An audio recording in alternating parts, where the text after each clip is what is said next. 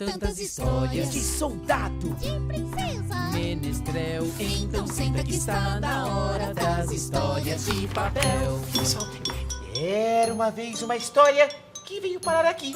E aqui a gente tem um homem chamado Davi. Shalom. Davi vivia muito feliz, mas ele sentia que alguma coisa faltava no seu coração. Então por isso ele procurou o amor da sua vida e encontrou. Ela se chamava Sara. Shalom! Shalom! Shalom. Eles logo se casaram e, como quem casa quer casa, lá, logo montada a casinha. Oi, shalom, shalom, shalom, shalom. E logo veio o primeiro filhinho. Shalom! E depois veio a primeira filhinha. Shalom! Aí depois o próximo filho, né? E depois mais um menininho. Shalom! E logo vieram alguns parentes pra viver com eles. Veio um primo. Um outro primo Shalom. Um outro tio também. A sogra Shalom! apareceu também. Shalom! Todo mundo. Shalom! Uau, que parentada, Nossa, a gente nem hein? conseguia achar o Davi lá dentro mais. Shalom, De repente ele... shalom. Nossa, que confusão! Não posso mais ficar aqui dentro. Vou conversar com o Rabino que mora no alto daquele morro. Rabino!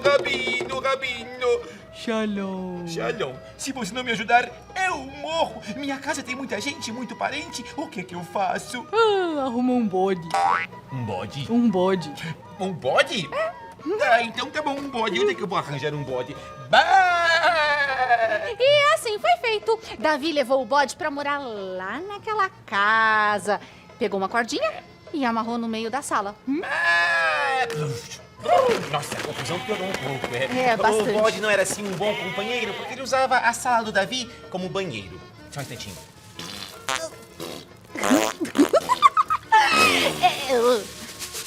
Nossa, o Davi ficou desesperado. E começou a gritar. Socorro, assim não dá mais. Vou falar com o Rabino que mora no alto do morro. Rabino. Shalom. Se não me ajudar, eu morro. Com o bode ficou tudo muito pior. O que que eu faço? Tira o bode. Tira o bode? Tira o bode. Tira o bode? Tira o bode. Bom, tá bom. E assim foi feito. Davi tirou o bode de dentro da casa dele. E foi assim que a paz reinou. Eles viveram felizes por muito tempo. Shalom. Shalom. Não faz sentido. O quê? O Rabino não ajudou em nada, tá tudo igual. Mas o Rabino mostrou que às vezes as coisas podem ser um pouco piores. Sei não. Mas...